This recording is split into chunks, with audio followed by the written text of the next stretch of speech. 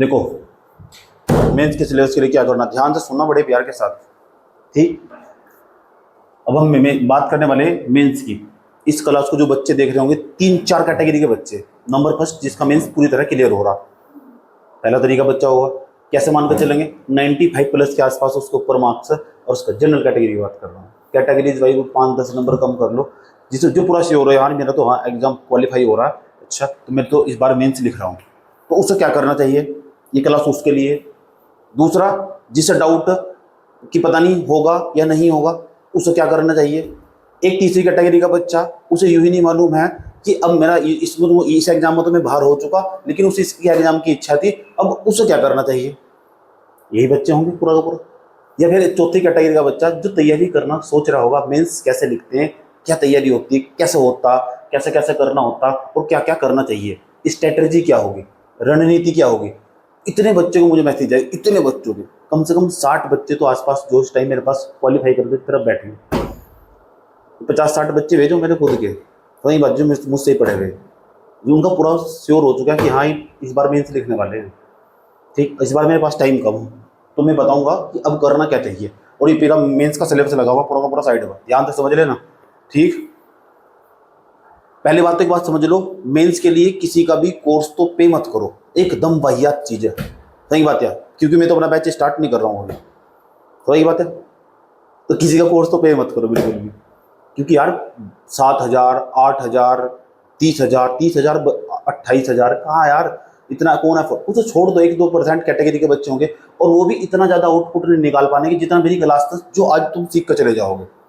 सही बात है। तो मेरी जो बात होगी ना, वो सीधी दिल के आर पार जाती होगी, क्योंकि वो टच करती होगी ना, छूगी उस एग्जाम को, छूगी। देखो ध्यान लगाकर देखो, समझ में जो जो मैं समझाने जाना हूं, पहले समझ लो कि ये मेंस का है क्या, बीमारी क्या है, ठीक।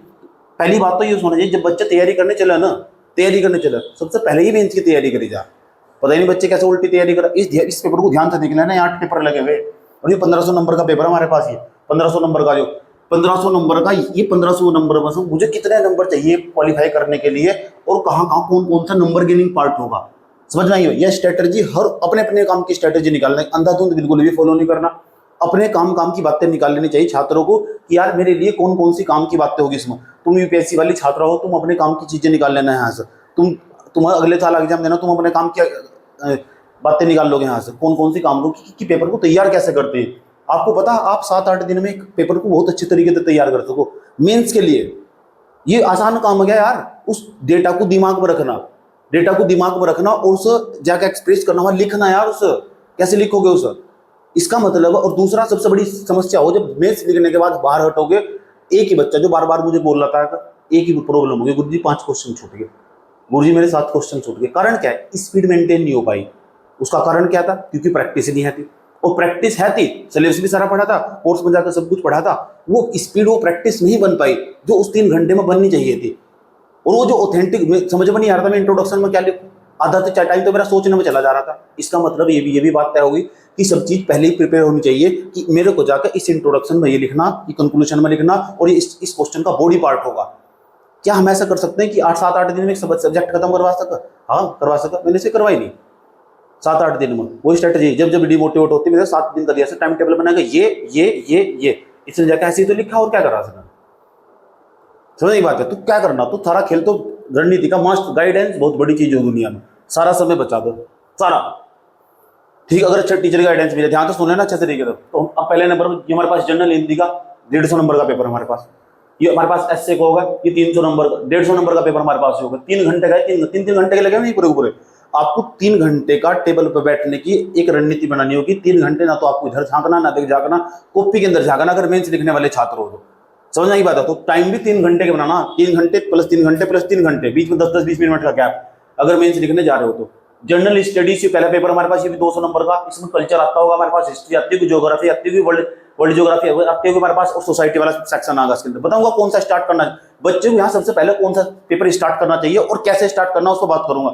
समझ नहीं बात है। मैं ऐसा कर सकता हूं, मैं चाहूं तो इसमें से एक पेपर पर अलग अलग तरीके से एक क्लास बना दूंगा, और 10 दिन का तैयार करने खातर अभी दे टाइम दे दूंगा, ऐसे तैयार करना। समझ में आई बात है। उसके बाद सेकंड पेपर में हमारे पास क्या होगा, जनरल स्टडीज सेकंड पेपर होगा, गवर्नेंस है इसके अंदर, कॉन्स्टिट्यूशन, पॉलिटी, सोशल जस्टिस, हमारे पास इंटरनेशनल रिलेशन, ये सिलेबस का पार्ट है। हिंदी में भी आया हो, नीचे लगा हुआ हिंदी, नीचे हुआ पीडीएफ में, ये पूरी पीडीएफ टेलीग्राम के अंदर मिलने वाली है। टेलीग्राम पर भेज दूंगा, देख लो वहां से जाकर क्या है। पहले समझ लो मैं क्या समझाने चाह रहा हूँ। तीसरा पेपर होगा हमारे पास, जो हमारे पास पहला हमारे पास हिंदी का होगा 150 नंबर का, हिंदी की क्लास भी चल रही है आजकल, समझ बात है, वो बहुत बेनिफिट देंगे। दूसरे नंबर पर ऐसे का होगा। ऐसे को क्या सोचते हैं बच्चे, ऐसे को सोचते हैं कि हम तो बहुत सारे ऐसे लिखेंगे और जाके लिख देंगे, सबसे बड़ी मूर्खता हो। मैंने क्या करवाया था, मैंने कहा था चुपचाप ही 2 ऐसे याद कर, इस तो भारी नहीं आ रहा, क्या भार आएगा उससे ज्यादा, सोचने की बात है, लिखना ही तो पहले ही तैयार करने पड़ते हैं। 2 ऐसे इस वाले यूनिट में, तो 2 ऐसे इस यूनिट में, 4 ऐसे, और उसे बार बार चेक करवा कर उसे बार बार रट्टा मारना पड़ता है, और 150 नंबर तैयार तुम्हारे, ताकि कॉपी पढ़ने वाला समझ जा ओफो कितना खतरनाक, कितना भयंकर लिख रखा है। यूं नहीं पता था 4 ऐसे थे बस, 2 पहली वाली यूनिट पता, 2 दूसरी वाली यूनिट पता, समझ बात, सारा उसमें से लिखा जा, उससे ज्यादा याद नहीं कर सकता ना। यहाँ सबसे बड़ी समस्या क्या है, जो है ना, नोट्स प्रोवाइड करवा दिए जाएंगे, पोथली बना दी जाएगी, पूरा का पूरा मास्टर पढ़ाता चला जाएगा, और जो सामने वाला बैठा हुआ ना, उसका अप्लाइड साइड गायब, वो अप्लाई नहीं कर पा रहा। ये तो टीचर है, उसको तो सब पता, उसे क्या है, जो सामने बैठा हुआ उसका क्या हो रहा है, वो कैसे लिखेगा। तो मैं क्या कहता हूँ, कम पढ़ना, उसी चीज को बार बार पढ़ना। 4 ऐसे लिखवाए पूरे के पूरे, और उसे बार बार आ रहा, उससे बाहर नहीं आता।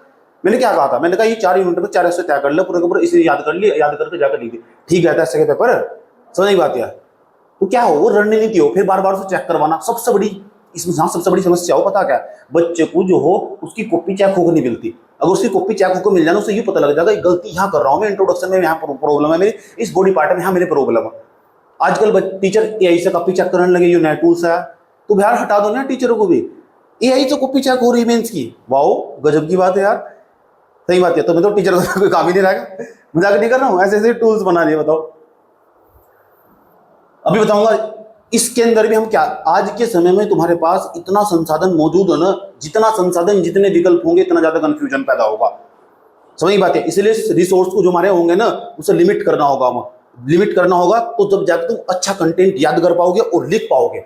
यही चीज मैं बताने वाला हूं तुम, ठीक। दुनिया की मैं बेंच स्टार्ट करने वाला हूं, नहीं अभी मेरे पास टाइम ही नहीं है, मेरे पास बड़ी मुश्किल से मैं क्लास ले रहा हूँ, दिल पर पत्थर लगकर, इतना टाइम, कम टाइम बचा हुआ मेरे पास, इतना बिजी हूँ मैं, समझ लो। यहाँ लगा जनरल स्टडी सेकंड होगा मेरे पास, थर्ड हो गया, फोर्थ हो गया। अब यहाँ कौन सा जो पेपर है मुझे पहले स्टार्ट करना चाहिए, जो अगर जो बच्चा सच में मेन से लिख रहा होगा, सबकी बात करेंगे भी, जो सच में मेन से लिख रहा होगा उसे कहाँ से स्टार्ट करना चाहिए, कौन सा पेपर सबसे पहले उठाना चाहिए उस चीज को, ठीक, ताकि वो जितने भी पेपर है ना, इन्हें करने के बाद पता लग रहा है, तुम पहला पेपर पढ़ने बैठ गए, जनरल हिंदी, पहला पेपर दे रखा है जनरल हिंदी, मेरे मास्टर ने क्लास चल रखी, एक टीचर आया था, दूसरा टीचर आया था, पढ़ाया था, चल, कुछ नहीं होने वाला भाई, कुछ नहीं होने वाला, दूर दूर तक जिसका कोई रिश्ता नाता ही नहीं है। मेंस मतलब अपने आप मतलब खुद क्या करना, बस तरीका पता होना चाहिए, सही बात है, कोई कॉपी चेक करने वाला होना चाहिए, यही हो मेंस। 4 महीने, 3 महीने, 2 महीने, 4 महीने में तो बहुत अच्छी तैयारी हो, गजब की, हाथ पूरी तरह शार्प हो जा, लिखते लिखते लिखते लिखते। अब बच्चा सिविल सर्विस की तैयारी करना चाह रहा और लिखने का वो शौक नहीं है, एक दिन में लास्ट बार मेंस की आंसर राइटिंग कब करी थी, ऐसा कौन सा दिन था, 6 महीने पहले करी थी, सही बात है। प्री में कितने नंबर आए, 102 नंबर आए, 104 नंबर आए, 105 नंबर आए। मेंस का उत्तर लिखना जानते हो, लिख दोगे WTO के बारे में, लिख दोगे आप WHO के बारे में, आपको इंडिया का हेल्थ स्ट्रक्चर के बारे में जानकारी है, क्या लिखोगे इंडिया का हेल्थ स्ट्रक्चर के बारे में, क्या कौन कौन सी पॉलिसी चली रिसेंटली, सही बात, सरकार ने गवर्नमेंट ने कौन सी पॉलिसी बनाई, कौन कौन सी नीतियां बनाई सरकार ने, जो अप्लाई साइड है ना वो गायब हो जा, कौन सी पार्ट में कितना इंट्रोडक्शन लिखना, कितना लिखना, पूरा पैराग्राफ फॉर्म में लिखना, पॉइंट फॉर्म में लिखना, सब गायब। वो कहाँ से स्टार्ट करोगे, तो क्या तरीका होना चाहिए, पूरा फॉर्मेट समझ लो। तो इतना आसान भी नहीं आया हो और इतना हार्ड भी नहीं आया हो जितना बनाया गया। मैंने कहा ना 4 ऐसे लिख के काम खत्म, यूनिट पकड़ कर मैं बता दूंगा, पूरी कॉपी भेज दूंगा, ठीक है, पूरी कॉपी मुझे सेंड कर दे पूरी, ताकि बच्चों को आइडिया मिल जाए पूरा का पूरा, टेलीग्राम पर भेज देंगे। तो बहुत सारे बच्चा जुड़ा हुआ ना, तो मैं, क्योंकि बहुत सारे बच्चों ने मेरे पास एडमिशन लिया था, जब एडमिशन लिया था तो मैं नैतिकता के आधार पर इतना तो मेरा बंद था कि मैं उन्हें समझाऊं, क्योंकि मेरे पर ट्रस्ट करते हैं, जब ट्रस्ट करते हैं तो इतनी नैतिकता मेरे अंदर होनी चाहिए कि मैं उन्हें समझाऊं भाई ऐसा तैयारी करनी, सही बात है, बीच राह में छोड़ना नहीं चाहिए छात्र को, तो मैं छोड़ता नहीं बिल्कुल। अब समझ लो, ध्यान लगा। तीसरा पेपर जनरल स्टडीज पेपर का फर्स्ट ईयर, ये तो हम पढ़ते हैं हिस्ट्री कल्चर वगैरह वगैरह, लेकिन इसका अप्लाई साइड गायब हो जा, रटते हैं तो बस फैक्चुअल इन्फॉर्मेशन, रटते तो सिर्फ फैक्चुअल इन्फॉर्मेशन, ठीक, उसे छोड़ दो। जो यूपीएससी का छात्र होगा उसका तो लेवल ही अलग हो, वो तो चलता फिरता गूगल हो, सही बात है। General studies second paper, governance, ये भी मैंने पूरा पढ़ाया हुआ, कॉन्स्टिट्यूशन भी, पॉलिटी भी, सोशल जस्टिस भी, इंटरनेशनल रिलेशन भी मैंने सब पूरा पढ़ाया हुआ। उसके बाद तीसरे नंबर ये हमारा पेपर होगा, स्टार्ट कहां से करनी चाहिए, आगे चलते हैं। चौथे नंबर का पेपर है एथिक्स, इंटीग्रिटी एंड एप्टीट्यूड, ठीक। जो से लग रहा कि 100% इस बार वो मेंस लिखने जा रहा है, इस पेपर को आंख बीच के पकड़ लो भी। कौन सा पेपर है? 6 नंबर का पेपर। सबसे पहले इससे तैयारी करनी स्टार्ट कर दो।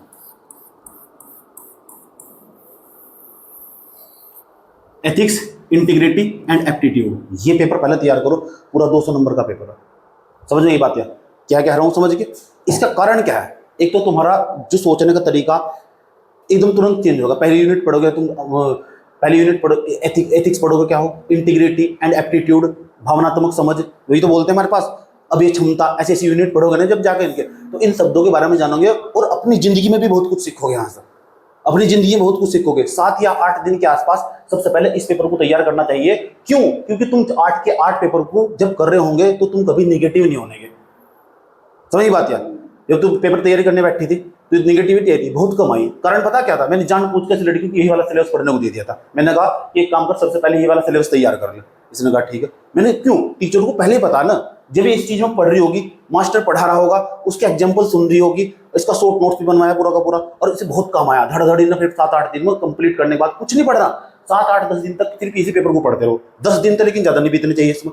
इसकी डेफिनेशन, इथिक्स क्या हो हमारे पास, यो मतलब नैतिकता क्या हो हमारे पास, इंटीग्रिटी सत्यनिष्ठता क्या हो हमारे पास, एप्टीट्यूड अभिक्षमता क्या हो हमारे पास, ये इस पूरी चीज की सारी डेफिनेशन लिख लेना। और पूरा का पूरा सबसे बड़ी बातें पीवाईक्यू देखना। पिछले साल के मैंने 5 साल के पीवाईक्यू यूपीपीसीएस के करवा दिए थे। मैंने कहा सारे के सारे देखने और पूरी की पूरी ये क्लास इस 7-8 दिन में खलास कर ले। एक टीचर की क्लास दे दी सर। सही बात है। टेलीग्राम पर फ्री में भी मिल जाए, किसी की भी मिल जाए, एक बार उसको कर लो आराम से। और उसके बाद मैंने कहा चल इसे कंप्लीट कर इन्हें छोटा छोटा शॉर्ट नोट्स बना लिया और काम दिया सारा का सारा आराम से, बड़े प्यार के साथ इसमें लिखा जा सकता है। इन शब्दों की समझ भी तो होनी चाहिए। क्या हो इंटीग्रिटी, क्या हो एप्टीट्यूड। सही बात है। होनेस्टी का जो होलिस्टिक व्यू हो पूरा का पूरा, वो इंटीग्रिटी हो। सही बात है। सत्यनिष्ठता हो, क्या हो हमारे पास हो, ईमानदारी का व्यापक स्वरूप ही सत्यनिष्ठता कहलावा। तो परिभाषा तुम्हारी जुबान पर रटी होनी चाहिए कि क्या परिभाषा उस चीज की। सही बात है। तो सबसे पहले इस पेपर की तैयारी करनी, 3 घंटे का पेपर और टारगेट देना होगा। तुम कैसे तैयार करना भी बताऊंगा, घबराओ मत बिल्कुल भी। 10 दिन लास्ट, मैक्सिमम 10 दिन होने चाहिए। इसमें तुमने क्या कर लिया हो, इसका सिलेबस भी पढ़ लिया हो, सारा का सारा यूनिट वाइज सिलेबस पहले रखा सामने। एथिक्स का सिलेबस निकाला अलग से, एथिक्स का सिलेबस निकाला, हिंदी वाला हिंदी में, इंग्लिश वाला इंग्लिश में, सिलेबस निकाला, ऐसा करके रख लिया। ये मेरा 10 दिन का टाइम टेबल होगा, ऐसा करके एथिक्स का सिलेबस प्रिंट करवा के सामने रख लिया। गुरुजी ने बताया 10 दिन का सिलेबस है, और उसमें मुझे आज तक जितने भी सवाल आए यूपीपीसीएस में और यहाँ उत्तराखंड पीसीएस में, एथिक्स होता है इस बार जोड़ा देखा। पिछले साल भी था पीसीएस में, पिछले साल भी था। तो पिछले साल के 3-4 साल लोग 4-5 पेपर करवाए सुना अब तक। 4-5 पेपर के अंदर ये समझ लो अब तक जो है एथिक्स के जितने भी सवाल आए उन्हें अपने खुद के हाथों से बैठ कर लिखना और उन्हें याद करना। सबसे बड़ा सोर्स हो पीवाईक्यू, किसी भी एग्जाम के लिए पीवाईक्यू सबसे बड़ा सोर्स हो। और उस चीज को हम इग्नोर कर दे, टीचर की सारी वीडियो देखते जाएंगे बार बार, एक बार वीडियो देखने के बाद किसी काम की नहीं है। क्योंकि जब लिखने बैठोगे सब भूल जाओगे गायब। समझ में आएगी नहीं? जब लिखने बैठोगे ना तो यार इंट्रोडक्शन में क्या लिखूं, अभी सोचोगे 3 घंटे में लिखोगे, तो इसका मतलब 3 घंटे में सोचना नहीं, तो याद होना चाहिए पहले। डेफिनेशन प्रिपेयर होनी चाहिए, एथिक्स की क्या, इंटीग्रिटी क्या, एप्टीट्यूड की क्या, सब चीजें पहले आगे दिखाऊंगा इसके बारे में। तो सबसे पहले इसी पेपर को पकड़ कर समाप्त कर दो। जो क्लास देख रहा होगा बच्चा, जो यूट्यूब वाला भी बच्चा होगा, मुझे बहुत सारे बच्चे फॉलो करते हैं, बहुत सारे बच्चे बैकडोर से। तो 3 तरह के बच्चे, तो ये उसके लिए, ये स्ट्रेटजी उसके लिए जो सच में तैयारी स्टार्ट करना चाह रहा, इसका बेनिफिट क्या होगा। जैसे वो 10 दिन इस सिलेबस को पढ़ता होगा पूरा का पूरा, 10 दिन इस सिलेबस को पढ़ने के बाद ना किसी भी पेपर तक, जब तक उसका मेंस का पेपर आने वाला होगा, निगेटिव नहीं होगा। मैं गारंटी दे रहा हूँ, इस सब्जेक्ट को पढ़ने के बाद ना तुम्हारे शरीर के अंदर अमूल चूल के परिवर्तन हो जाएंगे। समझ आई बात? यार ये ऐसा सब्जेक्ट होगा एकदम तुरंत बिल्कुल नया होगा। और ज्यादा फोकस करना लिखने पर, अप्लाई साइड पर ज्यादा फोकस करना कि इस नॉलेज का अप्लाई कैसे करना, इसके लिखूं क्या, इसके अंदर स्टार्ट कहां से करूं। स्टार्टिंग में लगेगा 2 दिन, 3 दिन, चौथे दिन खुद गायब हो जाएगा। इंसान के पास बहुत समय हो, बहुत समय, सारा दिमाग इसका माइंड सेट का हो पूरा का पूरा। तो अगर दो उत्तर भी, 3 उत्तर भी डेली लिखोगे ना बैठकर, तो भी 3 उत्तर भी, तो भी तुम बहुत स्पेशल कैटेगरी में चले जाओगे। नहीं लिखता बच्चा, भागते ही लिखने से बच्चे, तो मुझे क्या काम है इसका, मुझे क्या लिखना है इसका। तो फिर जब तो पीछे की कैटेगरी में रेस में पीछे दौड़ते हैं, जब तो निराशा हाथ लगती है साथ में। कौन सी चीज़ जो आपको स्पेशल बनाएगी, आंसर राइटिंग, वह बताएगी आपको। इस बार नहीं होगा सिलेक्शन, अगले साल होगा। लिखना तो सीखो एक बार, पेपर तो अगले साल भी देने जाओगे। तुम लिखना ही नहीं आता, क्या लिख दोगे वहां जाके पेपर में। ये देखो कितने पेपर लिखने, 8 पेपर लिखने, और लिखने से तुम बच के भागते हो। पहला पेपर ये हो तैयारी करने का, सच में ही। जो पहले बार बच्चा देख रहा होगा, देख लो कौन सा पेपर पढ़ना सकता पहली बार। तो ये बात है, टेलीग्राम पर किसी की भी वीडियो मिल जाएगी, किसी वीडियो एक बार देखिए उठाकर जाकर, देखने के बाद में छोटा छोटा शॉर्ट शॉर्ट नोट करके नोट्स बना लिया, इस यूनिट में से कैसे पेपर में सवाल आ गया। जैसे मैं सिलेबस पे जाता हूँ, डिटेल सिलेबस पे जाता हूँ उसका। 6 नंबर का पेपर है ना, 6 नंबर का पेपर का सिलेबस देखता हूँ। 6 नंबर का पेपर का सिलेबस कहाँ, कौन सा पेपर 5 होगा, साइंस एंड टेक्नोलॉजी, ये हमारे पास 6 नंबर का पेपर, ये ना। देखो ये मेरे पास कैसे तैयार कर सकते हैं, इस सिलेबस को कैसे तैयार कर सकते हो, ठीक। अब तुम लोग तो ये तुम्हारे पास सिलेबस रखा हुआ, ध्यान से समझना, ये तो मेरे पास सिलेबस रखा हुआ। पहले नंबर पर मेरे पास क्या लिखा हुआ, एप्टीट्यूड, हिंदी में कहते हैं अभिक्षमता से, वही बात है, लिखा हुआ एप्टीट्यूड लिखा हुआ, इस चीज को हम अभिक्षमता कहते हैं। फिर यहाँ क्या लिखा हुआ, स्टेट लिखा हुआ, तो statement true and false statement ऐसा लिखा हुआ ना। ये कौन सा सिलेबस लगा दिया, अच्छा सी सेट का होगा, तो अबे कहाँ चला गया,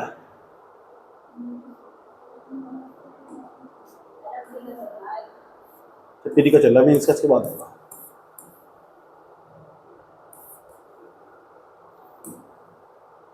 डिटेल सिलेबस दे रखा है यार,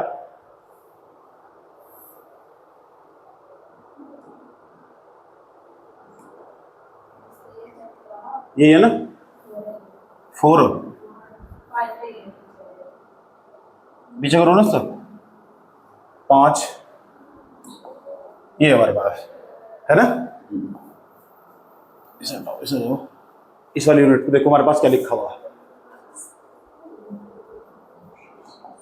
ये पहली यूनिट हमारे पास, देखो पहली यूनिट लिखी हुई है इथिक्स एंड ह्यूमन इंटरफेरेंस लिखा हुआ, नीति शास्त्र तथा मानवीय सहसंबंध, इसका मतलब है नीति शास्त्र तथा मानवीय सहसंबंध। ये क्या है, एसेंस, सारो एक प्रकार का, ये क्या डिटरमाइन, एक एक शब्द को उठाकर यहाँ तक निकालेगा ना, उसको सर्च कर दो, उसका डेफिनेशन लिखना क्या हो, उसको समझना उस चीज को बैठ कर जाकर। एक तो तरीका हो सकता है, इसे पहले से तैयार कर दो, पहली यूनिट हमारे पास, ये पहली यूनिट है एथिक्स एंड ह्यूमन इंटरफेरेंस क्या हो। इस यूनिट तक आज तक पेपर में कितने सवाल पूछे, यह यूनिट है पहली हमारे पास, इस वक्त यह यूनिट नंबर 1 है, इस पेपर की भी यूनिट नंबर 1 है। इससे क्या सवाल पूछे उसने उठा के, यही चीज हिंदी में, नीति शास्त्र तथा मानवीय सहसंबंध क्या हो हमारे पास, या एथिक्स एंड ह्यूमन इंटरफेरेंस हो क्या हमारे पास, यो इसका डेफिनेशन कैसे लिखूंगा मैं, क्या होगा हमारे पास यो, और कैसे सवाल उसने पूछे, इससे भी बड़ी चीजें सारा नहीं पढ़ना जाएगा। इससे कितने सवाल पूछे मुझे पता लग चुका है, इसने 5 पेपर पूछे, आज तक 5 पेपर बनाए, इससे सवाल पूछे 2, ठीक। दूसरी यूनिट हमारे पास लिख रखी है एप्टीट्यूड वाली, उसने इस यूनिट से सवाल पूछ रखे उसने 3, क्यों पढ़ूंगा इस वाली को, मैं कुछ 3 वाली को पढ़ूंगा पहले, लेकिन पढ़े एक बार सबकी समझ में जाइए, ये क्या हमारे पास एप्टीट्यूड एंड ये फाउंडेशनल वैल्यूज क्या हमारे पास, क्या हो हमारे पास वैल्यू, किस चीज को हम वैल्यू कहते हैं इस लड़की के अंदर तो भाई वैल्यू गायब हो गई, क्या हो वैल्यू, और कितना काम हो उसका, कितनी जरूरी हो वैल्यू हमारे पास समाज को चलाने के लिए, सोसाइटी को चलाने के लिए, और कैसे तुम इसका जब तुम प्रशासक बन जाओगे कैसे इसका वैल्यू का यूज करोगे तुम, ये पूछेगा तुमसे। इसलिए कहता हूं सिलेबस को जाकर पढ़ना बहुत जरूरी है। एप्टीट्यूड क्या हो, क्या तुम्हारे अंदर एप्टीट्यूड है इस एग्जाम को क्वालिफाई करने का, अभी क्षमता है तुम्हारे अंदर, सही बात है, तो टीचर के अंदर ताकत हो, पहचान लगे इसके अंदर क्या हो हमारे पास।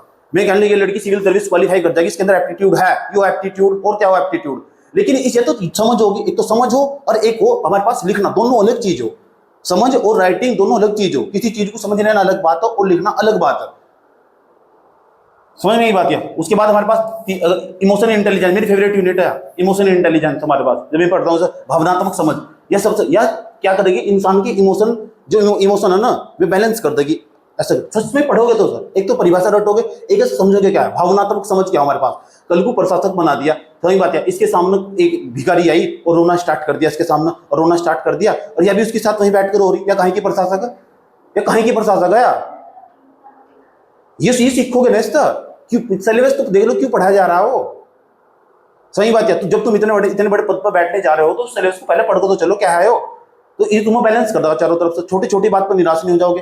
पता लग रहा है कोई तुम्हारे बारे में टिकट टिप्पणी करके डाल रहा है, यहाँ का डीए, यहाँ का जो एसडीएम है वो बहुत बदतमीज हो चुका है, वो किसी की सुनता भी नहीं, एकदम क्या तुम निराश हो जाओगे। ये पहले फिजिकली मेंटली प्रिपेयर होना पड़ता।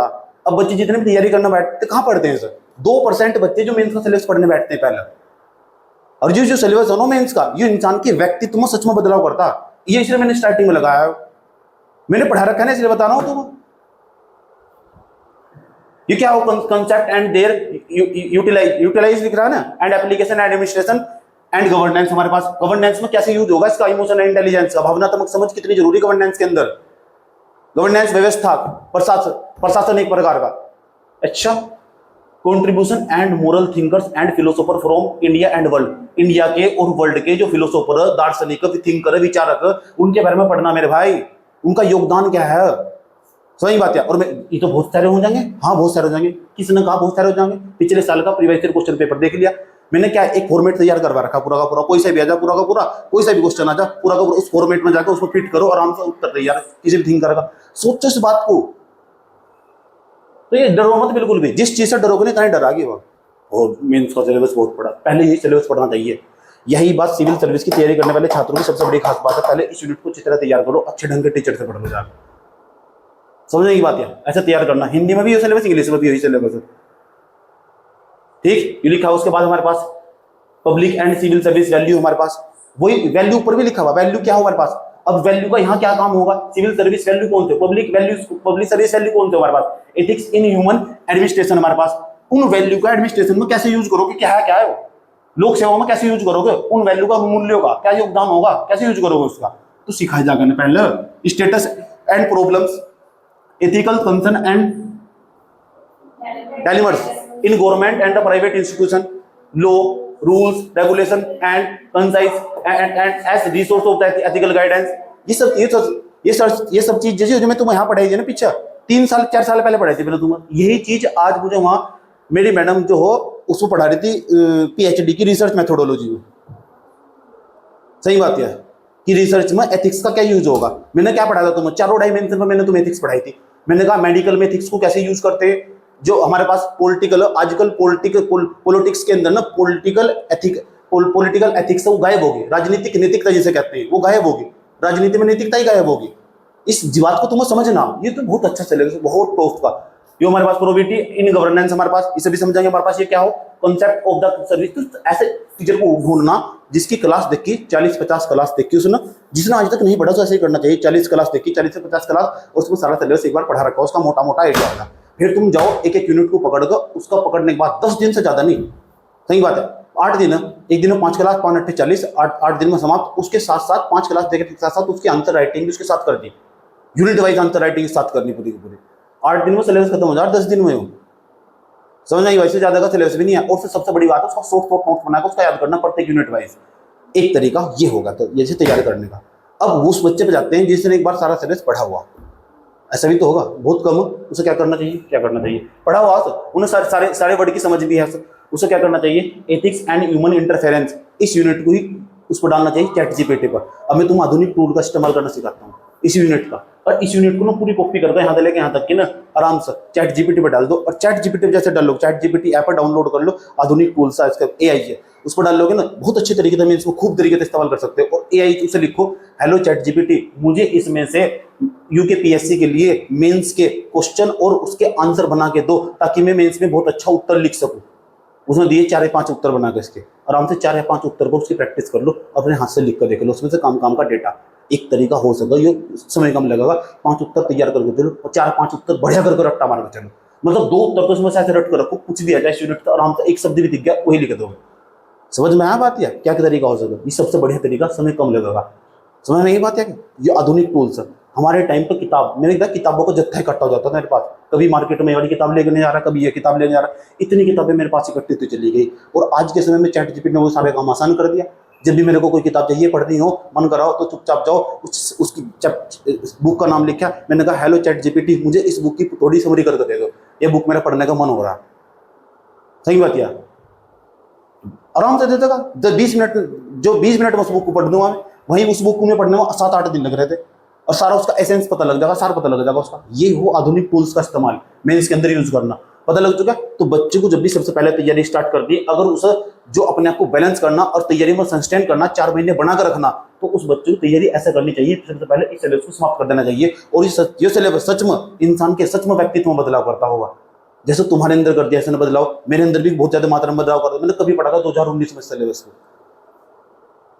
समझ गए, सब 19-18 के आसपास पढ़ा हुआ, तो मैंने बहुत सीखा इससे। फिर मैंने पढ़ाना स्टार्ट करा, पता लगा क्या हो सारा का सब पढ़ाया, तो दोनों साइड में पढ़ाया था। तो ये सिलेबस हिंदी में भी है, इंग्लिश में भी है। इतनी बात बताओ समझ में। अब मुझे क्या करना चाहिए गुरुजी, इसके बाद 10 दिन तक ही निपटा लिया, 10 तो ज्यादा 12 दिन हो जाए, लेकिन मेरे हिसाब से ज्यादा जाने चाहिए, 200 नंबर का पेपर है। अगर तुम 10 दिन से ज्यादा लगा रहे हैं ना, इसका मतलब और 10 दिन के अंदर तुम सारे क्वेश्चन भी लिखने जो पिछले सालों के पेपर में आए ढूंढ ढूंढ कर, और वो भी यूनिट वाइज चलना पूरा का पूरा। यूनिट वाइज कौन सा हमारे पास, यही नीति शास्त्र तथा मानवीय सहसंबंध हमारे पास, एथिक्स एंड ह्यूमन इंटरफेरेंस जिसे कहते हैं। इस यूनिट को निकाल कर आज तक जितने भी सवाल आए वही प्रैक्टिस करना, 2 आए 10 आए 5 आए 4 आए, पता लग चुका। इसका डेफिनेशन बैठ बैठ के याद करना, जब भी इसका कोई सवाल आएगा, इस यूनिट से रिलेटेड सवाल आएगा, मेरा इंट्रोडक्शन ये रहना चाहिए, याद करो उस चीज को इंट्रोडक्शन, और ये मेरा इंट्रोडक्शन सबसे बेस्ट होना चाहिए। अब एक तरीका होगा इसके साथ किसे ऐड करना, टॉपर कॉपी को। सबसे बड़ी इंपॉर्टेंट चीज है, सबसे इंपॉर्टेंट चीज, सबसे ज्यादा इंपॉर्टेंट चीज है टॉपर कॉपी। वही तो तुम्हें बता गई कि ये बंदा सिलेक्ट हो चुका, इसके उत्तर की फॉर्मेटिंग ऐसी थी, एक और बंदे को उठाया, इसके उत्तर की फॉर्मेटिंग ऐसी थी, आंसर की फॉर्मेटिंग, अब ये मेरी कॉपी है, इसकी आंसर की फॉर्मेटिंग इन दोनों से मुझे बेहतर बनानी है। समझ में आया बात क्या कहा, अपने उत्तर की। तो टॉपर कॉपी साथ साथ में फोन में फोल्डर बना लेना एथिक्स का, ये मेरे पास फोल्डर है, ये किसी मास्टर की टीचर की वीडियो, यूट्यूब पे भी बहुत सारे टीचर पढ़ा रहे, वो सबका सिलेबस सेम, कंटेंट सेम। दुनिया की तुम किसी के पेड कोर्स में जाओगे कुछ अलग पढ़ा देगा, एकदम मूर्खता भरा काम है, पैसे बर्बाद करना, मूर्खता।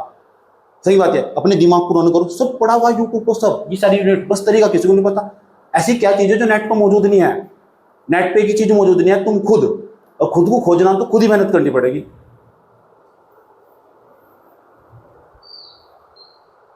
पता लग गया, मर्यादा से ताजा होगी सिलेबस को देख देख के, पूरी यूनिट मैंने पूरी पढ़ा रखी है सारी की सारी। चलो ये तो होगा हमारे पास जनरल स्टडी पेपर 4 हमारे पास। अब पेपर 4 हमारे पास, तो थोड़ा पेपर की दर्शन कर लो कि जो एथिक्स का पेपर हो आया कैसा था। ठीक है, इस बार जो हमारे पास एथिक्स का पेपर हुआ था कैसा आया था हमारे पास, ताकि तुम्हें पता लग सके हमारे पास।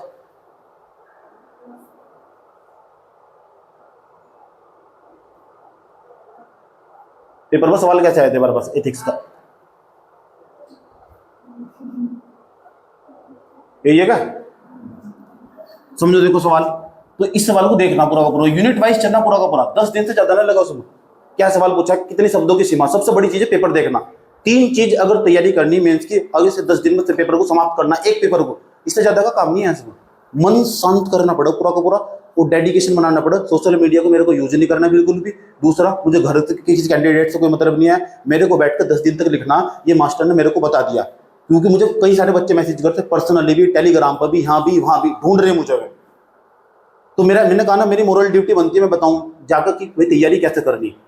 उसके बाद जैसे रिजल्ट आगा तो चांस है 95% चांस कि मैं स्टार्ट कर दूं गाइडेंस कि अब ऐसे लिखकर ऐसे इतना टेस्ट होगा, डे टू डे भी काम मिल जाए ना तो ज्यादा बेहतर होता, वहां बच्चा डिसिप्लिन में आता। सच में इसका ही सबसे बड़ा एडवांटेज है उसका कि बच्चा डिसिप्लिन में आता, उसको आज ये लिखना तेरे को बैठ कर जाकर, तरीका ही तो सारा खेल, तो तरीके का क्या चीज नहीं है ना, क्या ऐसी क्या चीज है यूट्यूब पर मौजूद नहीं है, और ये उसमें मौजूद नहीं है, गूगल पर चैट जीपीटी सब मौजूद है, डिसिप्लिन नहीं है। ये हमारे पास ये पेपर हमारे पास एथिक्स, इंटीग्रिटी एंड एप्टीट्यूड का कितने नंबर का, 200 नंबर का। अब तुम्हें देखना है यहाँ कौन से कितने नंबर के। इस भाग में कुल 5 पर्सन, 1 से 5 तक के हैं सभी पर्सन अनिवार्य है, 1 से 5 तक के सभी पर्सन अनिवार्य हैं, जिनके लिए 4 अंक निर्धारित है, 4 नंबर के हैं। प्रत्येक पर्सन के उत्तर की अधिकतम सीमा कितनी, 50। इधर ले रखा है हमारे पास 50 वर्ड लिखने तुम एक पर्सन में। अब सवाल क्या है हमारे पास, देखो सवाल हमारे पास क्या है, right the 5 dream of Shri Aurobindo. अच्छा अरविंद कितने 5 सौपन क्या है। अब देखो इंडिविजुअली किसी व्यक्ति पर जो है उसने जाकर उठा कर पूछ लिया। अब तुम सोचोगे कल को उठा कर यहाँ नरेंद्र मोदी के बारे में पूछ लगा, तो मैंने क्या बताया था तुम्हें, कोई भी महान दार्शनिक या विचारक थिंकर क्या सोचता होगा, जो सोचता होगा सब कॉमन बात होगी, ये समाज सुधारक ही तो होगा अरविंदो। तो कोई भी समाज सुधारक क्या सोचेगा, तो किसी भी समाज सुधारक को 5-10 लाइन याद करवा रखी है मैंने तुम्हें, सही बात है, 10 लाइन याद करवा रखी। किसी सोशल रिफॉर्मर होगा जो उसको 10 लाइन याद करवा रखी, और 10 लाइन किसी में फिट बैठेगी, चुपचाप जाकर लिख दो। एक तो तरीका से छोड़ जाओ, अरविंदो को कोड कर कर लिखोगे ऐसा कर, ऐसे थोड़ा ही लिखने पैर चीज गाय का नियम लिखोगे, सही बात है। पैराग्राफ फॉर्म में 5 लाइन लिखनी, इसमें 4 लाइन 5 वर्ड में 5 लाइन लिख दो, 6 लाइन लिख दो। अब नहीं है कि वर्ड गिनन बैठ 1 2 3 4 5 ऐसे से भी मूर्ख पैदा हो गए। वो इनिशियल स्टेज में तैयारी की, हंसो मत बिल्कुल भी, तुम भी ऐसे ही थे, सही बात है। ठीक है, मुझे 4 बार थैंक यू बोलो कि आपने मुझे यहाँ पहुंचाया लिखने खातर, कि आज मैं उन पर ही हंस रही हूँ जो कभी भी पहले मेरे को हंसते थे। समझ में आया बात या, ऐसा करना पूरा का पूरा। तो इस पर यही तो हो यूनिवर्सल, एक इंट्रो यूनिवर्सल तरीके से तैयार करा जा एक यूनिट को। कोई सा भी सवाल आ जाएगा, मेरा इंट्रो यही रहने वाला, और ऐसा होगा मेरा इंट्रोडक्शन। और जब पहली बार जब कहते हैं, पता है हम कहते हैं जब किसी व्यक्ति से हम पहली बार मिलते हैं तो सबसे पहला इंप्रेशन किस चीज का हो? सबसे पहले इंसान का फेस देखते हैं भारतीय समाज में। समझ में आया बात यार? हम आज कितनी भी बात कर ले, कितने भी पढ़े लिखे व्यक्ति हो, सबसे पहले आज भी कितने भी मिटाने कहते हो भेदभाव, सबसे पहले इंसान फेस ही देखते हैं। बड़ी तो बड़ी बात करते हैं, दिल साफ होना चाहिए, वो होना चाहिए, सब बात करते हैं। सबसे पहले जब बात आती है ना अपने बात की, तो सबसे पहले फेस चेक करते हैं। इसके दांत कैसे, इसका नाक कैसा, इसका मुंह कैसा, ये चेक करते हैं। इतना बड़ा गधा समाज है हमारे यहाँ का।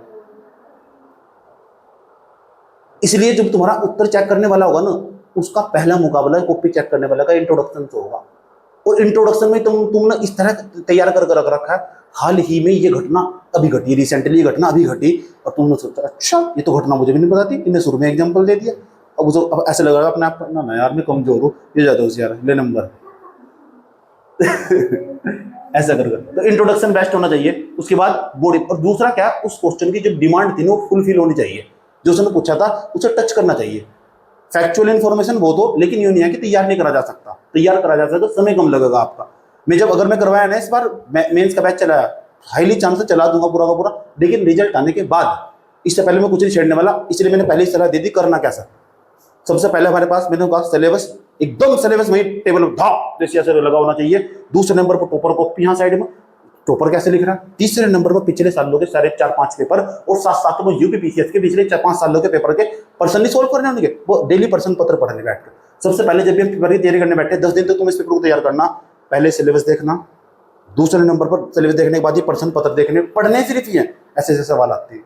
तुमने पहली यूनिट स्टार्ट करके पहली यूनिट तक जितने सवाल आए सारे के सारे उठा के एक जगह लिख लो, इसको उत्तर मेरे को कैसे लिखना, इसको उत्तर मेरे को कैसे लिखना। ऐसा कहीं नहीं मिलने का किसी भी कोचिंग सेंटर पर एक यूनिट के सवाल एक जगह एक साथ लिखे हो। ये स्टूडेंट को खुद तैयार करने पड़ते हैं, इसीलिए कहा जाता है मेंस की तैयारी खुद होती है। समझ बात यार? उसके बाद जैसे 10 दिन के बाद वो नोट्स या पोथली तैयार हो जा पूरा, 10 दिन का नोट्स ऐसा होना चाहिए 10 या 15 पेज में समाप्त हो जा, ताकि तुम 10 उसे ना ऐसा कर 1-1.5 घंटे में समाप्त कर दो सर। ऐसा होना चाहिए उसका पेपर का। जब अगर तुमने ऐसा कर दिया तो पेपर तैयार हुआ, नहीं तो कुछ गलती कर रहे थे। और आंसर राइटिंग भी कर दिया तुमने, कम से कम जितने पेपर में आज तक सवाल है वो सारे लिख दिए अपने खुद के हाथ से बैठकर। और टॉपर कॉपी तुम्हारी साइड में डेली देखनी, तैयारी करने से पहले डेली। अच्छा आज मुझे ह्यूमन इंटरफेरेंस एथिक्स वाला यूनिट पढ़ी मैंने, उसके टॉपर इसके ये सवाल आए, इधर मुझे मिले 4 सवाल, इसके 5 सवाल ही आए आज तक, इसके सवाल हो गए। ये टॉपर कॉपी होगी मेरे पास इधर साइड में। इस टॉपर ना इस यूनिट के ऐसे सवाल आए थे, उसने ऐसे लिख रखे, ऐसे लिख रखे उनके उत्तर। और मैं अब आया मेरा नंबर, मेरी ये कॉपी हमारे पास, ऐसा करो। और मेरे को ना इससे भी बेहतर लिखना, समझ में आई बात है, इससे भी बेहतर लिखना टॉपर था। एक टॉपर की और देख ली कॉपी, इस यूनिट के उत्तर इसने इस तरह लिख रहे, इसे तो मेहनत क्या हूँ। मतलब तुम्हें नंबर भी चाहिए, तुम मेहनत भी नहीं करना चाह रहे, वाह जी वाह, शाबाश, तालियां हो जाए आपके लिए। लिखना आप चाहते नहीं।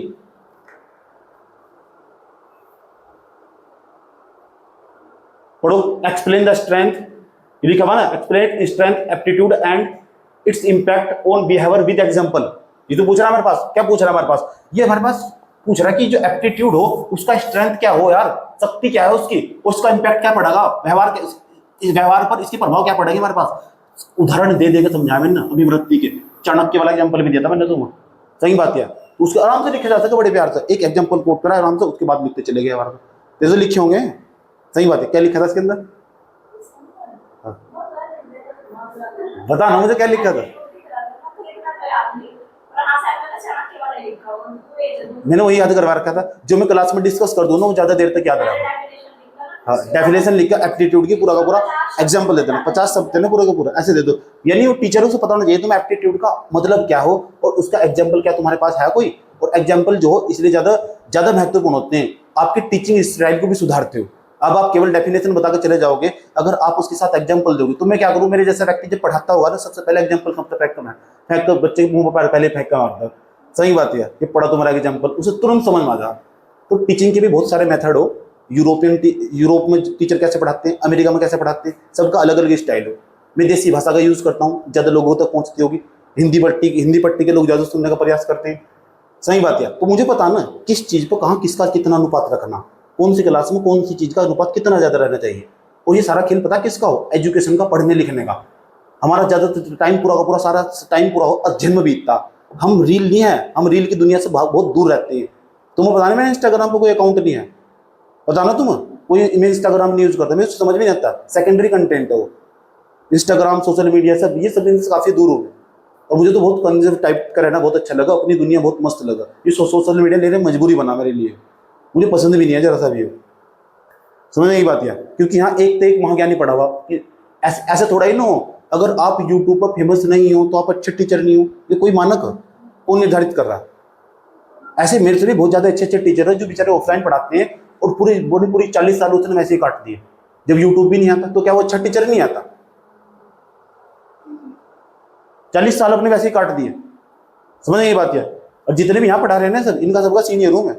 समझ नहीं बात है, अतीत काल तो पढ़ा रहा हूं, तो लगभग सब सब्जेक्ट की जानकारी होगी, और सर ही तो मैंने पढ़ाए, तो मुझे कुछ अच्छी तरह किस चीज को कहां कितना समेटना, और अब भी पढ़ाता हूं मैं।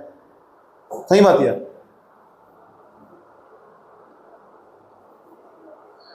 लेकिन लोक प्रशासन के संदर्भ में कौन सी यूनिट से आया सवाल ये?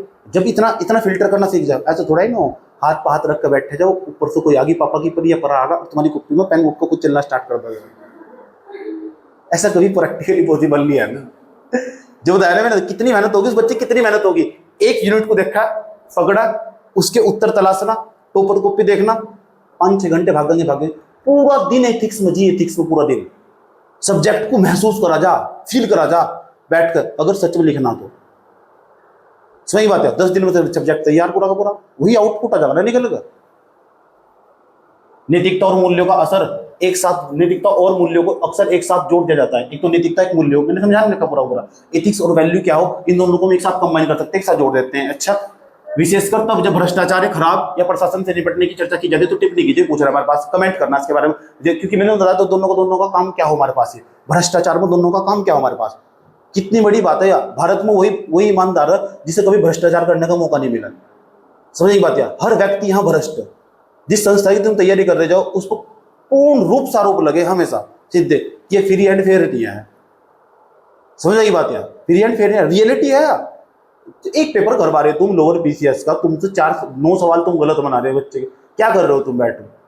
इससे ज्यादा अच्छा काम तो मेरा एडिटर करता था, कम से कम 3-4 सवाल तो गलती बना रहा था।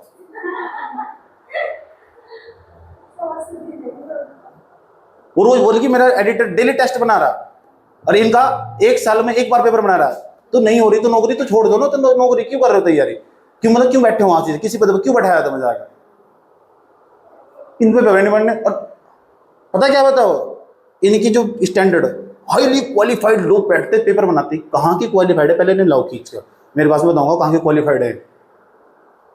पता नहीं कौन सी क्वालिफाइड है भाई, कौन सी क्या क्वालिफाइड कर रखी है।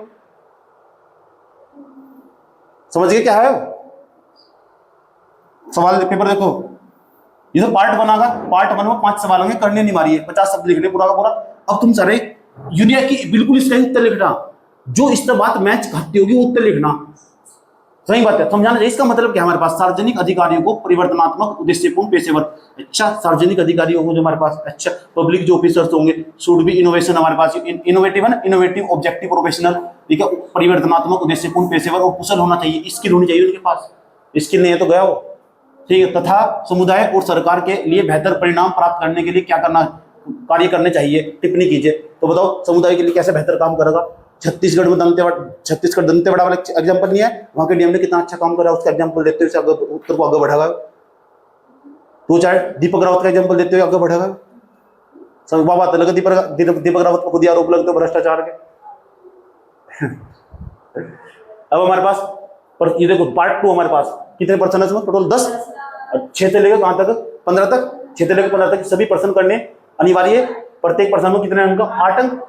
उसके बाद हमारे पास कितनी शब्द सीमा? 100 का मतलब हमारे पास 1 पेज के आसपास। इसलिए मैं कहता हूं, अगर पीसीएस देने जा रहे हो, मेंस पीसीएस का, अपर पीसीएस का, 1.5 पेज पर प्रैक्टिस करो, 1.5 पेज पर। सही बात है, 150 शब्दों के आसपास सीमा रहेगी।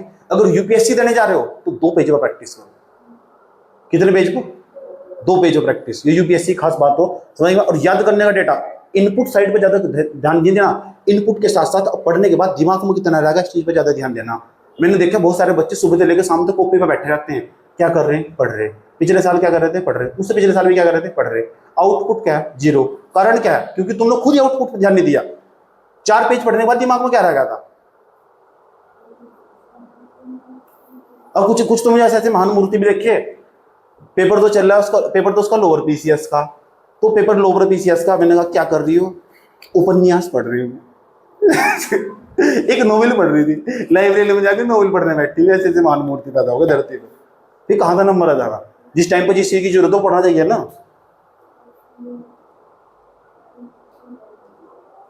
समझ गए? भारतीय समाज को उत्थान के राजा राम मोहन नायक के प्रमुख योगदान। अब यहाँ देखो राजा राम मोहन नायक को कहा, किसका कॉन्ट्रीब्यूशन क्या है, इसका योगदान क्या है कि इंडियन सोसाइटी में इसका योगदान क्या है, कॉन्ट्रीब्यूशन क्या है इसका, राजा राम मोहन नायक का। ये तो पूछा हमारे पास ये इंडिया की सोसाइटी में उसने क्या योगदान दिया। तो मैंने बताया था एक प्रकार का समाज सुधारक। तो किसी भी समाज सुधारक के लिए ना, इसकी जगह तो कल उठा कुछ भी पूछ लगा, कम से कम 10 या 12 लाइन ऐसी तैयार कर रखकर जो किसी भी समाज सुधारक को फिट बैठा। और इसके बारे में तुम 2 लाइन ही बताओगी, फिर ऐसे कोट करके ऐसे मास्टर को बेवकूफ बना दो, ऐसा लगा राजा राम मोहन नायक हमारे मैंने लिख रखा है। ऐसा तैयार हो उत्तर, सच में ऐसे हो मेंस भी, ये रियलिटी हो, वास्तविकता हो, टॉपर भी यही चीज करते हो। मैंने जितने भी यहाँ की टेस्ट सीरीज लिख रखी हो ना, मैं तुम्हें सब उत्तर दिखा दूं, मैंने कितना अच्छे तरीके, मुझे बहुत अच्छे अच्छे नंबर भी दे रखे सारे कोचिंग वालों ने। और नहीं पता मैंने सारे कोचिंग वालों को बेवकूफ बनाया था, मैं इसको उत्तर लिख कारण बता क्या, 21 में लिखे टेस्ट मैंने, 22 में लिखे, 21 में लिखे, 22 में लिखे, 20 में भी लिखे टेस्ट ऑनलाइन भी। जब उत्तर लिखा था यार इतना अच्छा उत्तर कैसे लिखा। अच्छा मैंने क्या कर रखा था, पूरा पूरा एक यूनिट पर ना 3-4 क्वेश्चन इतने बेहतरीन करके तैयार रखो, तो जब भी टेस्ट नहीं चल रहा था ना तो लिख क्या रहा। हम तो 1 घंटे से 2 ही घंटे मिलने पढ़ने को, तो लिखे। तो मैं क्या करूँ, बहुत स्मार्ट व्यक्ति हूँ उस मामले में, मैं सीधा उस चीज पे जाकर फोकस करूँ जो चीज मुझे करनी है। सही। और यहाँ के जो हिंदी पट्टी के जो बच्चे होने हैं, ये पता क्या करें, हिंदी पट्टी का समझ रहे हैं ना, यूपी के, बिहार के, इसके साइड के जो हिंदी पट्टी के बच्चे हो, इंग्लिश मीडियम के भी हो, उनके भी वे क्या करेंगे, उस चीज को ज्यादा पढ़ेंगे जिसमें उसका इंटरेस्ट आगा। समझ में आई बात है? अब वहीं तो पेपर में सवाल नहीं आता। यहाँ से तो बड़ी मार खाई। पहले भी देखना पड़ा पढ़ते हो 30 मिनट तक कितने सवाल आए और मुझे कितना टाइम देना। समझ आई बात है? आधारभूत सद्गुण क्या है ये बता रखा है ना पूरा।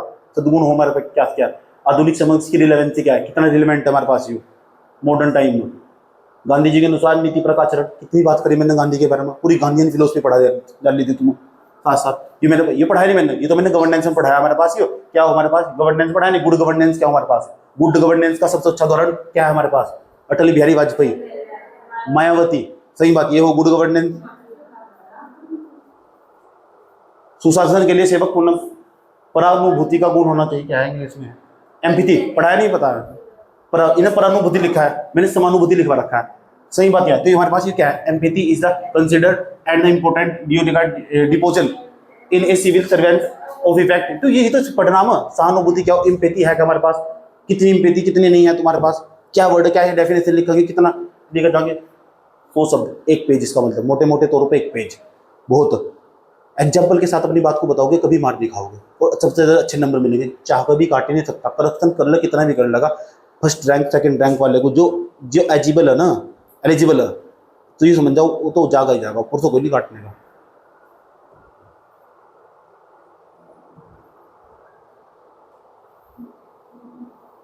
पता लग चुका है? ऐसे देखने पूरे के पूरे। तो मुझे तो भी बहुत अच्छे लगते हैं, पढ़ता रहता हूँ।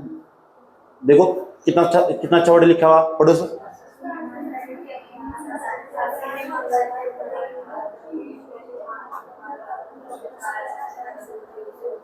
हाँ, कितने वर्ड पे लिखना है, इसलिए अगर पीसीएस देने जा रहे हो तो 150 शब्द पे लिखने प्रैक्टिस करो, एक 1.5 पेज पर। यूपीएससी लिखने जा रहे हो तो 200 पेज पर, 200 शब्द को 200 वर्ड के आसपास लिखने की प्रैक्टिस करो, 2 पेज के आसपास। ऐसा करके कितने दिन लगाने चाहिए इस पेपर को? 10। समझ नहीं बात है?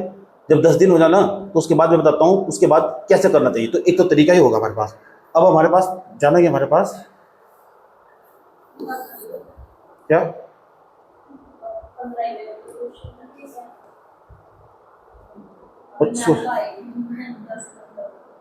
250 शब्दों का भी, इसमें 150 शब्दों का ना 3 पार्ट है ना इसके। अंतरराष्ट्रीय नैतिकता के आयाम क्या है, बताओ क्या डायमेंशन है इंटरनेशनल मोरालिटी के हमारे पास। उसके बाद हमारे पास इसकी व्याख्या करनी। उसके बाद हमारे पास प्रशासनिक कार्यों में भावनात्मक बुद्धि का प्रयोग किस प्रकार करेंगे, ये पूछ रहा है हमारे पास। जो इमोशनल इंटेलिजेंस है ना, एडमिनिस्ट्रेशन में उसका यूज कैसे करेंगे हमारे पास। ठीक, अभिवृत्ति का अर्थ बताइए, सीधे डायरेक्ट डेफिनेशन लिखवा रखी, डेफिनेशन लिखकर जो उससे रिलेटेड पूछ रहा है ना वो लिखते चले जाओ। तो मुझे मैंने बताया ना, जब यूनिट को पढ़ोगे ना उसे तो इस तरह तैयार करोगे। 3 चीज साथ साथ देखेंगे, सिलेबस हर रोज सिलेबस देखना, 7 दिन के बाद तो सिलेबस देखना तुम खुद ही बंद कर दोगे, क्योंकि हर यूनिट में तुमको खुद ही पता लग जाएगा और यूनिट में क्या लिखा हुआ। 5 दिन के बाद हर यूनिट तुम्हें याद हो जाएगी। जैसे मेरे याद पड़ी कि छठी यूनिट में क्या, 5वीं यूनिट में क्या, 30वीं यूनिट में क्या, क्योंकि सिलेबस देखोगे ना, डेली देखोगे 4-5 दिन तक, और डेली तुम देखोगे प्रश्न पत्र भी डेली पढ़ना। बच्चा क्या करेगा, 2 दिन पढ़ेगा, उसके बाद सीधा वीडियो में भाग जाएगा। क्या इसमें? हाँ हाँ,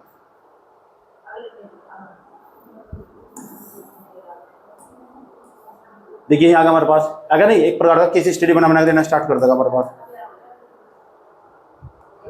ये ना हमारे पास केस स्टडी,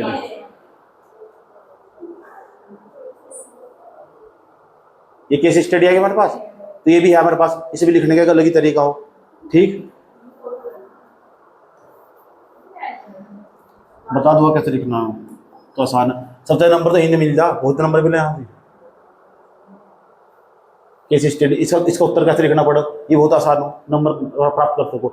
अच्छा सब्जेक्ट है मेरे हिसाब से, पूरा सब्जेक्ट पढ़ना चाहिए, एक भी यूनिट का एक भी वर्ड नहीं छोड़ना चाहिए। इसका बहुत कुछ सीखोगे सच में, बहुत कुछ। और ऐसे टीचर से पढ़ना चाहिए जिसके एग्जाम्पल में दम हो और बहुत सारे एग्जाम्पल एक साथ दे सकता हो। सही बात है, यूनिक खाली एथिक्स का ही टीचर हो, जैसे मैं हूँ। अच्छा, मैं फिजिक्स भी पढ़ाई, केमिस्ट्री भी, मैथ भी, सारे सब्जेक्ट पढ़ा देता हूँ, तो मैं कोई सा भी एग्जाम्पल कहीं से भी निकाल कर कहीं भी फिट कर देता हूँ, और एकदम तुरंत फिट बैठता हो। इसे कहते हैं नॉलेज कितनी ज़्यादा। सही लगे, कॉमर्स का एग्जाम्पल निकाल लूंगा, पीएचडी की कोई मैडम तो कोई एग्जाम्पल निकाल लूंगा, सोशल मीडिया कुछ तो वो भी निकाल दूंगा, और सारे एक साथ फिट बैठते हैं। और न्यूज़पेपर में कोई है तो वो भी एग्जाम्पल निकाल दूंगा, और वो सारे तुम लिख भी सकते हो। ऐसा कर दो, ठीक। यूट्यूब पर बहुत सारे टीचर पढ़ा रहे हैं, बहुत अच्छे अच्छे टीचर। ये होगा एथिक्स का हमारे पास। देखो ये हमारे पास केस स्टडी आ गई, केस स्टडी कैसे करनी। अभी 2 पेपर हमारे पास, ये जैसा मैंने ये पेपर बताया ना, पहले वाला पेपर है। अब पहले जो एथिक्स वाला पेपर बताया, ये तो उसके लिए हमारे पास जिस बच्चे का यूकेपीएससी का जो मेंस है वो क्वालिफाई हो रहा है, यूकेपीएससी का जो प्री है वो क्वालिफाई हो रहा है और मेंस लिखने जा रहा है, ये उसके लिए।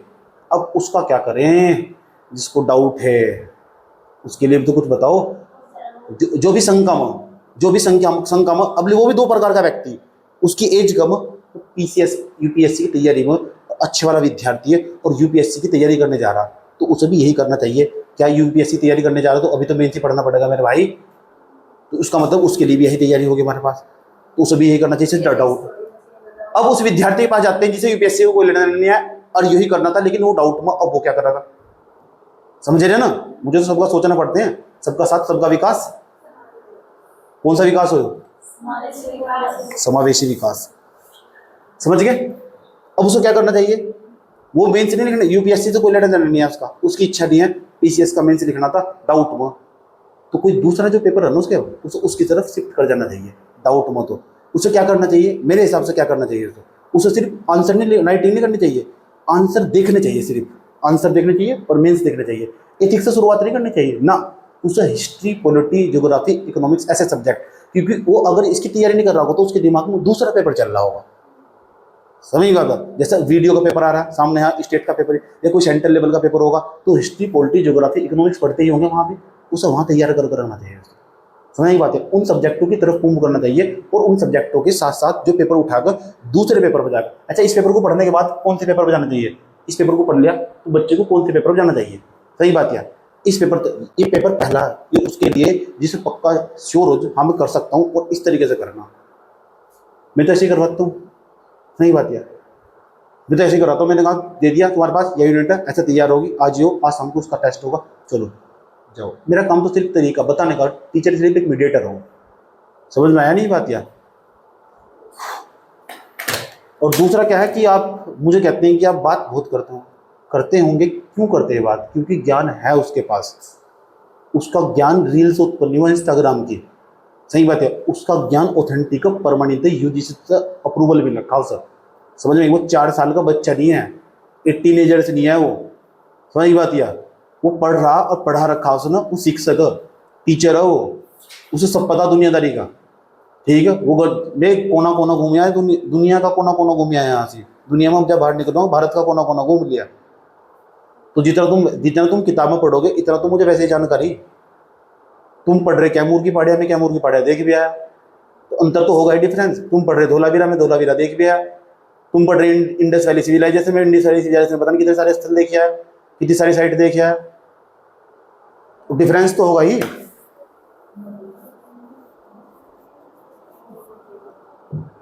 अब तो मेरे इंडिया में घूमने का मन भी नहीं करता।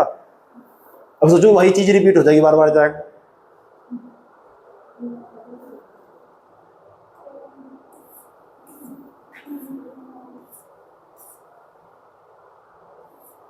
और यार बात करनी पड़ती है जब हम पढ़ाई करते हैं ना, तो बात करनी पड़ती है समाज की, सोसाइटी की। एक्चुअली मनुष्य एक सामाजिक प्राणी है। बाद में जाकर उसे समाज के बीच में रहना, कुछ भी कर लोगे जाकर, ठीक। अब जो बच्चा छोटा, ज्ञान कम है उसके पास, ठीक, तो उसे क्या करेगा, उसे सिर्फ फैक्चुअल इन्फॉर्मेशन चाहिए, वही तो उसे तबाह कर दे रही है। मनुष्य तो एक सामाजिक प्राणी है, ना तो ढंग को लोग सुनते, ना उन्हें कभी जानते, बस उनकी एक छोटी सी दुनिया मस्त हो जा, वही लूसेंट की दुनिया। मैं उसकी आलोचना नहीं कर रहा, सही है वो एक समय तक, लेकिन एक समय के बाद क्या करोगे? क्या तुम समाज के बीच में नहीं रहना, अकेले रहोगे नौकरी कर कभी? तो समाज में कौन कौन सी समस्या तुम्हारे सामने आती होगी तो खुद नहीं पढ़ लोगे। इसलिए ज्ञान देना पड़ता है, वो सामाजिक ज्ञान जो हमने पढ़ा हुआ, जो हमने सोशियोलॉजी से सीखा। आप मेरे से बात करनी हो ना, क्या बात करते हो मेरे को? 4-5 फैक्ट पर बात करते हो, क्या है? कुछ भी नहीं है, 4-5 फैक्ट है। आप मुझसे बात करनी हो, बात करो भारतीय संविधान पर, सही बात, भारतीय समाज पर बात करो मेरे से जाकर, दर्शन शास्त्र में मेरे से जाकर बात करो, रामायण पर मेरे से बात करो, महाभारत पर बात करो, मेरे कुरान पर बात करो मेरे साथ बैठ कर जाकर, गीता पर मेरे साथ बैठ कर जाकर बात करो। ये बताऊंगा फिर क्या हो तुम ज्ञान, ये तो पता लगेगा तुम क्या हो। आप मुझसे बात करो ज्योग्राफी के बारे में, आप भारत की संस्कृति के बारे में बात करो, आप मेरे तो अमेरिका की संस्कृति के बारे में बात करो। ये हो पढ़ाई? ये क्या पढ़ाई हो यार? यही दुनिया होगी क्या? बस तुम्हें कुछ नहीं पता, आपने एक फैक्ट गलत करवा दिया कि 27 जनवरी की जगह 28 जनवरी करा दिया। क्या है वो? क्या है? आप उनसे बात करनी हो, रिसेंटली जो मुद्दे चर्चाओं में छाए हुए उन मुद्दों पर बात करो। ये हो पढ़ाई? सही बात, आप उसमें बता सकते हो क्या चीज सही होगी, क्या चीज गलत होगी, आप 22 ना हो। सही बात है, पक्षपातपूर्ण ना हो आपके अंदर, पक्षपाती ना हो आपका, इस साइड को रखते हो आप, राइट लेफ्ट विंग ये ना हो। आप बात करते हो मुद्दों पर, जो सही है तो सही है, जो गलत है तो गलत है। आप पता ही नहीं चल पाओ आपसे बात करने के बाद आप कौन सी तरफ हो, आप बीजेपी की तरफ हो, कांग्रेस की तरफ हो। ये हो व्यक्तित्व बदलाओ। आगे सिलेबस को पढ़ो सर। और तुम सोच रहे हैं ना यही सिलेबस हो, पढ़ लियो, बहुत बड़ा पढ़ लिया, कुछ भी नहीं है। ये भी जो सामने कुछ भी नहीं है, समझ में आई बात यार। पीएचडी करवाते हैं 3 साल में, क्यों करवाते हैं? एक टॉपिक पर करवाते हैं। चलो एक टॉपिक ले लो, जैसे उठाकर impact of global warming in Indian economy, एक सेक्टर रिफॉर्म पर, और वो भी एग्रीकल्चर पर। एक एग्रीकल्चर वाले पार्ट पर पीएचडी करनी कि यहाँ होगा क्या, इसका इम्पैक्ट क्या पड़ेगा ग्लोबल वार्मिंग पर, इतना ही पढ़ना बस। उसमें भी 3 साल लगवा दे रहे, क्या क्या? ताकि तुम्हारे अंदर ओरिजिनलिटी आ जाए। ओरिजिनलिटी क्यों? ऐसा सिद्धांत किसी ने नहीं दिया आज तक। और 3 साल तक 5 साल तक उसी के बारे में सोचते रहो। कभी कभी 6 साल भी लग जाए उसमें रिजल्ट आने में, किसी का 7 साल में भी रिजल्ट आवा। वो क्या फिर समाज को हम क्या करते देते हैं कि हाँ ऐसे इम्पैक्ट पड़ेगा। तो चिंतन करना पड़ता, विचारों में मौलिकता होनी बहुत जरूरी हो। अगर ओरिजिनलिटी नहीं आने की ना, इसका मतलब तो फिर आप मनुष्य ही नहीं है ना, आप तो सब कॉपी कट पेस्ट मटेरियल पर यूज कर रहे हैं। इस सब्जेक्ट को पढ़ने के बाद ना, इन सब्जेक्टों को पढ़ने के बाद तो धीरे धीरे थोड़ी थोड़ी मौलिकता आती है। सच में मौलिकता आती है, फैक्ट पढ़ने से मौलिकता नहीं आती। मैं ऐसा मान कर चल रहा हूँ, जो बच्चा देख रहा होगा मेंस की कैटेगरी का ही बच्चा होगा। और मौलिकता बहुत जरूरी हो जीवन काल में।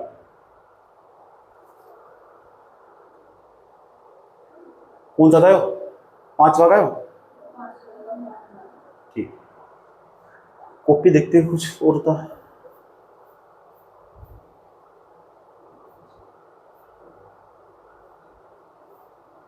सिलेबस चलो न्यू समझा दो यार। ये हमारे पास, ये हमारा सिलेबस था ना। तो पहले एक पेपर को पकड़ लो, एक पेपर को 10 दिन के अंदर खत्म करो। वो बच्चा जिसे डाउट होगा, उसे क्या करना होगा? जिसे डाउट होगा कि मेरा होगा या नहीं होगा, उसे क्या करना चाहिए? तो उसे ना सामने बैठना चाहिए, ठीक। एक तो देखना चाहिए उसकी स्थिति कैसी, क्या उसके घर वाले सपोर्ट करते हैं। अगर सपोर्ट करते हैं ना उसके, तो फिर अपनी तैयारी को, सिविल सर्विस को आगे बढ़ाना चाहिए। नहीं तो उसे एक जॉब ले लेनी चाहिए ताकि वो सस्टेन कर जाकर।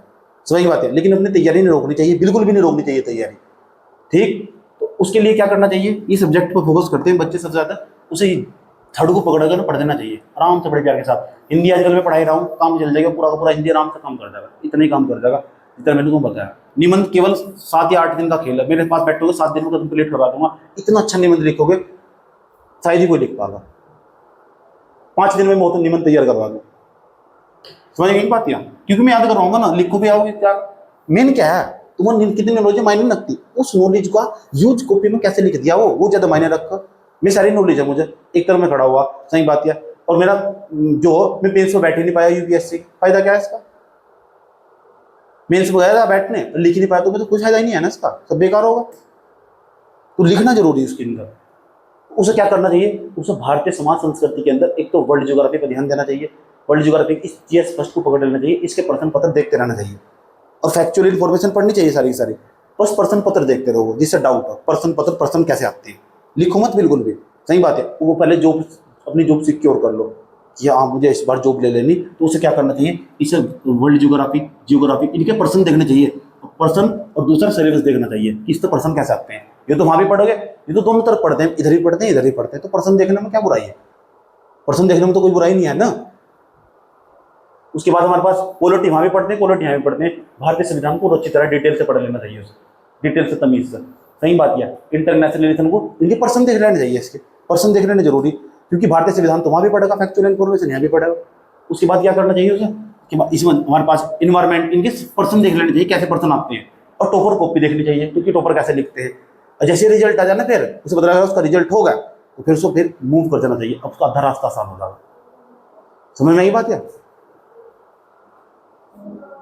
लेकिन मैं एक बार चाहता हूं, ये सिलेबस यार सबको पढ़ना चाहिए, सबको, ये वाला सिलेबस, इसका एथिक्स एंड इंटीग्रिटी एप्टीट्यूड, ये दोनों पेपर कैसे तैयार करने, इन दोनों पेपर को भी ऐसे तैयार करने जैसे मैंने तुम्हें बताया। और इसके लिए यूओयू की बुक, उत्तराखंड ओपन यूनिवर्सिटी की बुक हेल्प करती है। मैंने से बताया थे उत्तराखंड ओपन यूनिवर्सिटी बुक, उसमें इंट्रोडक्शन बहुत अच्छे दे रखे। इन दोनों पेपर पर मैं अलग से वीडियो बनाऊंगा, इन दोनों पेपर पर कैसे तैयार करने, बहुत कम समय लोगे ना, 5 दिन में पेपर तैयार हो जा। मजाक नहीं कर रहा हूँ, रिलेटिव बात। वैसे तुम बताओ, जाओ ये कर लो वो कर लो, भाई याद करके लिखना। एक यूनिट स्टार्टिंग की, अगर हिस्ट्री का कोई सा भी सवाल आया, इंट्रोडक्शन मेरा यही रहेगा, बन सका है इंट्रोडक्शन, हाँ कि हिस्ट्री का कोई सा भी सवाल आ जा, प्राचीन इतिहास का इंट्रोडक्शन यही रहेगा, मध्यकालीन इतिहास का कोई सा भी सवाल आ जा, मेरे पास इंट्रोडक्शन यही रहेगा, आधुनिक भारत का कोई इतिहास का कोई सा भी सवाल आ जाओ, मेरा इंट्रोडक्शन यही रहेगा। कम से कम 2 इंट्रोडक्शन याद रखो, ऐसे दिन तो ऐसे पलटी मार कर रखेंगे, 6 इंट्रोडक्शन याद करके पूरी यूनिट याद होगी। बॉडी पार्ट में उसके पर्सन के हिसाब से लिख देंगे याद कर। तो इनकी मेहनत हो बहुत अच्छी तरह है, इस बात को सोचना पड़ेगा, मुझे लिखना क्या है वो मेरे याद होना चाहिए। और एक एक शब्द, एक पेज हमारे पास, जैसे हमारे 6ठे नंबर का 10 पेज होने चाहिए, जब 10 पेज ज्यादा नोट करना उसका 10 पेज में जाना चाहिए, वो इसकी प्रैक्टिस करनी, इसको 10 पेज में इसका नोट जाना चाहिए, 10 पेज में इसका, 10 पेज में इसका, 10 पेज में इसका, 8 दूसरा 80 या 100 पेज के आसपास, 8 दूसरा 80 या 100 पेज के आसपास आपके पास नोट होना चाहिए जब आप मेंस लिखने चलो तो, समझिए 10-10 पेज का सबका अगर है फिर बताऊंगा कौन रोक देगा तुम्हें, कोई भी नहीं रोक सकता। और इन 10 पेज का नोट तैयार करने के लिए जैसे मैंने तुम्हें बताया, एड्डी चोटी का जोड़ लगाना पड़ा, बकवास नहीं करनी पड़ती, सुबह किताबें भी आगे बैठना पड़ा, सही बात है। दिन की शुरुआत ही वहीं से ही होगी, स्टार्टिंग पे ही लिखना पड़ा, लिखने से तो हर साल होगा, स्पीड बढ़ेगी और दिमाग भी खुलता होगा, सोच के लिखना पड़ता है ना। ये क्या है, फैक्चुअल इन्फॉर्मेशन याद कर लिया, क्या है लिख पता लग जाएगा, हवा खराब हो जाएगी। टीचर का भी, जो टीचर लिख बोल रहे हो ना सामने जाकर, वो पहले तैयारी करगा, जब जाकर उसे एक्सप्लेन करेगा। बच्चा जो तैयारी कर रहा हो, लिख रहा हो, टीचर से 4 गुना आगे हो, उस स्तर पर जाकर टीचर कभी भी नहीं सोच सकता, क्योंकि वो प्रेशर फील कर रहा होगा पूरा का पूरा, उसे सारे सब्जेक्ट का बर्डन, एक सब्जेक्ट एक टीचर का, एक दो सब्जेक्ट है हमारे पास, इस बात को समझो। मैं टीचर हूं इसलिए बता रहा हूं तुम्हें।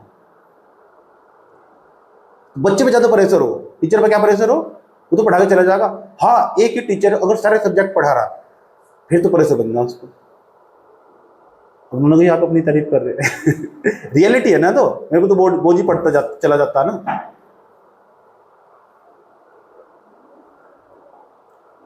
ठीक, तो कितने कितने पेज का नोट्स होना चाहिए हमारे पास, 10-10 पेज का। अब हम कल की क्लास लेंगे यूपीएससी के मेंस को, पूरी क्लास मेंस को और प्री को। सैटरडे है ना कल, आज शुक्रवार, आज तो मूवी देखना चाहूंगा।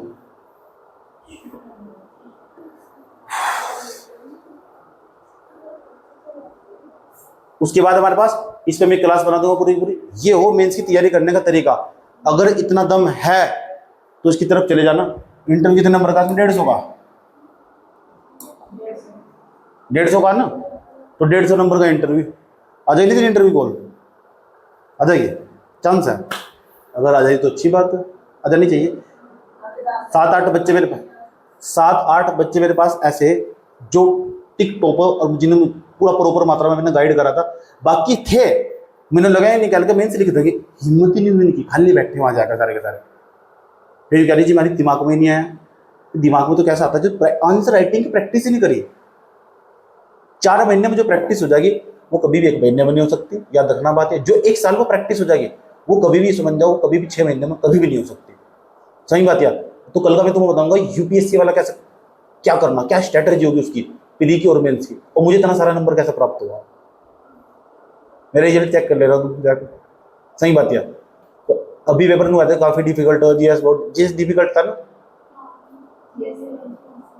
110 प्लस वेक्टर में जाकर, और पिछले वाले में 92 थे। समझ में आती है। तो कारण पता क्या है उसमें, गलती तुम कर, मैं बैठा बैठा भी लेटा भी ना, मैं मजाक नहीं करा रियलिटी में, मैं अब भी एमसीक्यू लगा जाता था, अभी एमसीक्यू लगा जाऊँ बैठा बैठा, सुबह सुबह उठ आराम से 10 क्वेश्चन इस वाली वेबसाइट से कर लिए, 5 इस वाली वेबसाइट से कर लिए।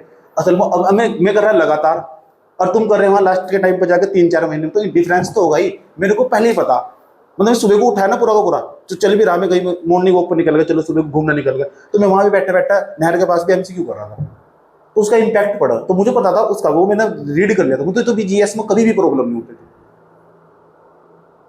समझ में आई नहीं बात, ये वाली खास बात थी।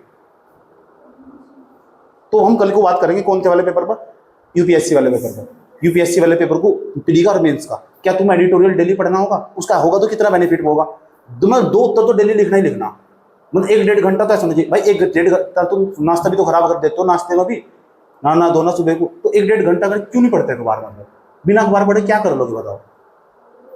तुम पता ही नहीं समसमाई की घटनाएं कौन सी, और लिंक करना सीखोगे जब तुम रहना ही इसी चीज में, जब तुम रहना ही इस चीज में। चलो हाँ 2 क्वेश्चन तो मेरे को लिखने ही लिखने, कुछ भी हो जाए, तो 2 क्वेश्चन कुछ नहीं है, एक क्वेश्चन की 10 मिनट, दूसरे क्वेश्चन की 10 मिनट, 10-10 20 मिनट,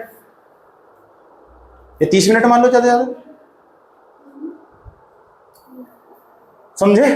चलो अभी हम इतने रखते हैं, और हम बात करेंगे अब जब बच्चे कंप्लीट कर चुके होंगे पेपर, कौन सा, एथिक्स, इंटीग्रिटी एंड एप्टीट्यूड का।